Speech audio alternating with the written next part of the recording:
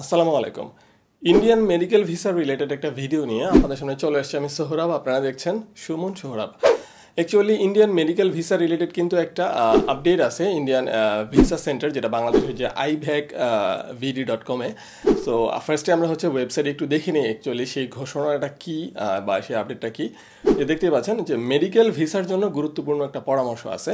তো এখানে বলা আছে যে মেডিকেল ভিসার জন্য আবেদনকারীদের শুধুমাত্র সেই মনোনীত হাসপাতালে যেতে হবে যার জন্য ভিসা জারি করা হয়েছে।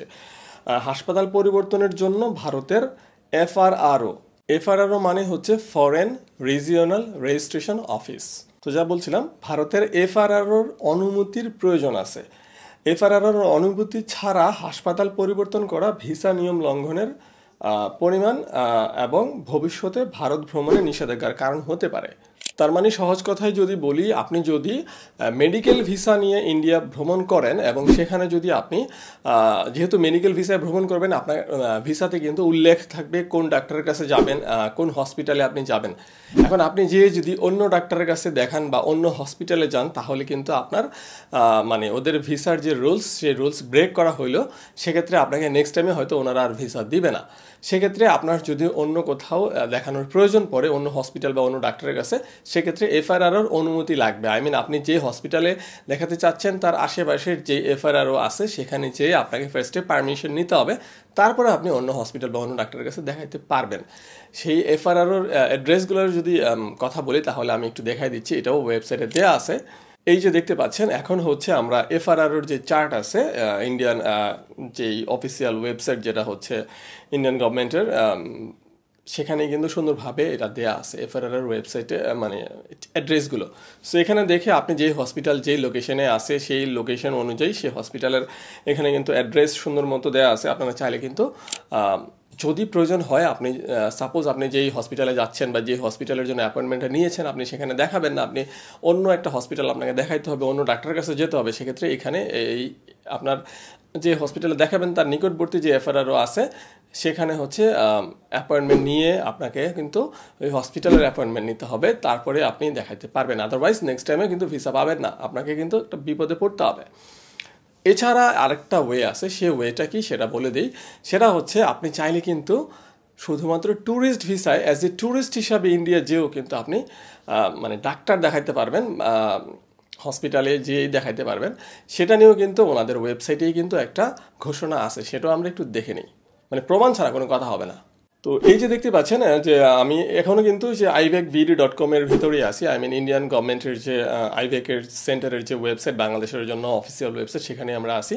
এখানে কিন্তু বলা আছে যে ভারতীয় হাইকমিশন ঢাকা প্রেস নোট, সকলের অভিজ্ঞতার জন্য জানানো যাচ্ছে যে বৈধ ভিসায় ভারতে ভ্রমণকারী কোনো বাংলাদেশি নাগরিক ভারতের থাকাকালীন অসুস্থ হয়ে পড়লে তাকে ভারতীয় হাসপাতালে ভর্তি হওয়ার জন্য তার প্রাথমিক ভিসাকে মেডিকেল ভিসা রূপান্তরের কোনো প্রয়োজন হবে না।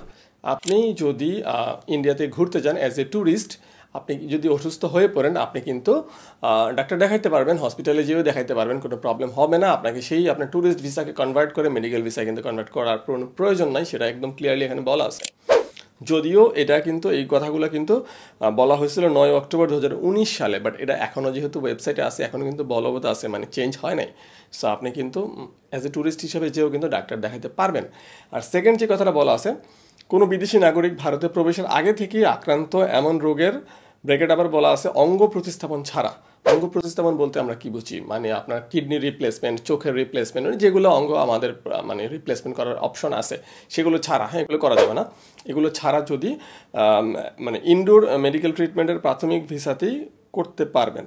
মানে হচ্ছে আপনি আপনার হিস্ট্রিতেই আপনার আগে থেকে আপনি অসুস্থ ছিলেন, আপনার হার্টের প্রবলেম ছিল, হ্যাঁ আপনার কিডনিতে প্রবলেম ছিল, হ্যাঁ আপনার মানে লিভারের প্রবলেম ছিল, থাকুক আপনার হিস্ট্রিতে সেটা লেখা ছিল, বাট আপনি ট্যুরিস্ট হিসাবে ইন্ডিয়া গিয়েছেন, যাওয়ার পরে আবার আপনি প্রবলেম ফেস করতেছেন, আপনি ডাক্তার দেখাই দিতে পারেন, কোনো বাধা নাই এখানে, কিন্তু সেটাই বলা আছে।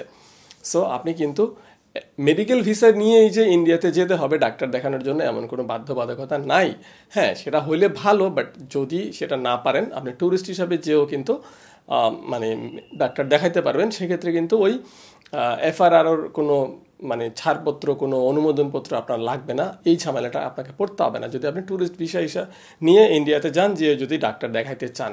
সেক্ষেত্রে এখানে কিন্তু সেটাই ক্লিয়ারলি বলা আছে। এই জন্য কিন্তু আপনাকে শুধুমাত্র অঙ্গ প্রতিস্থাপন ছাড়া অথবা ভারতের হসপিটালে যদি অ্যাডমিটেড হওয়া লাগে, লং টাইম থাকা লাগে, তাহলে কিন্তু আবার ট্যুরিস্ট ভিসায় যে বিপদে পড়েন না, সেটা আবার করতে যাওয়াটা বোকামি হবে। সেক্ষেত্রে আপনাকে মেডিকেল ভিসায় যাওয়াটাই বুদ্ধিমানের কাজ হবে এবং চেষ্টা করবেন যেই হসপিটালের জন্য অ্যাপয়েন্টমেন্টটা নেবেন, যেই ডাক্তারের জন্য অ্যাপয়েন্টমেন্টটা নেবেন সেখানে দেখানোর। আর যদি সেটা পসিবল না হয়, অনেক সময় এমন হইতেই পারে যে আপনি একটা ভালো একটা হসপিটালে দেখাতে যাচ্ছেন বাট ওখানের অ্যাপয়েন্টমেন্ট পাচ্ছেন না, ভালো একজনের ডাক্তারের কাছে দেখাতে যাচ্ছেন, তার অ্যাপয়েন্টমেন্ট পাচ্ছেন না।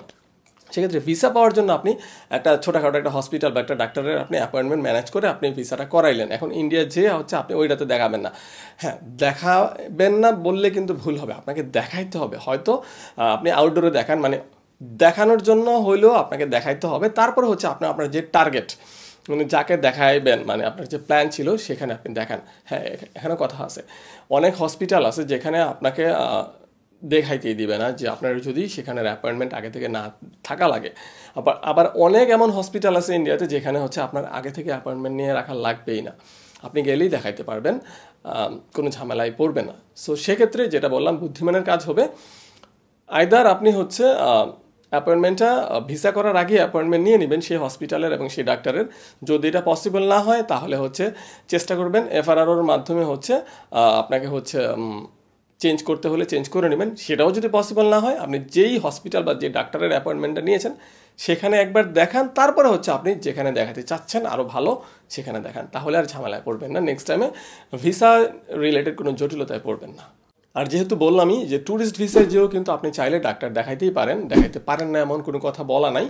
সেক্ষেত্রে কিন্তু আপনারা চাইলে ট্যুরিস্ট ভিসাও অ্যাপ্লাই করতে পারেন। আর ট্যুরিস্ট ভিসায় কীভাবে অ্যাপ্লাই করতে হবে একদম A to Z কিন্তু আমার চ্যানেলে একটা ভিডিও আছে, এই ভিডিওটাই আপনারা চাইলে দেখতে পারেন। এখানে কিন্তু একদম ডিটেল বলা আছে কীভাবে পেমেন্ট করবেন, কত টাকা পেমেন্ট করবেন, কী কী পেপারস লাগবে, কীভাবে অ্যাপ্লাই করবেন, সব কিছু এই ভিডিওতে ডিটেল বলা আছে, আপনারা চাইলে দেখতে পারেন, উপকৃত হবেন।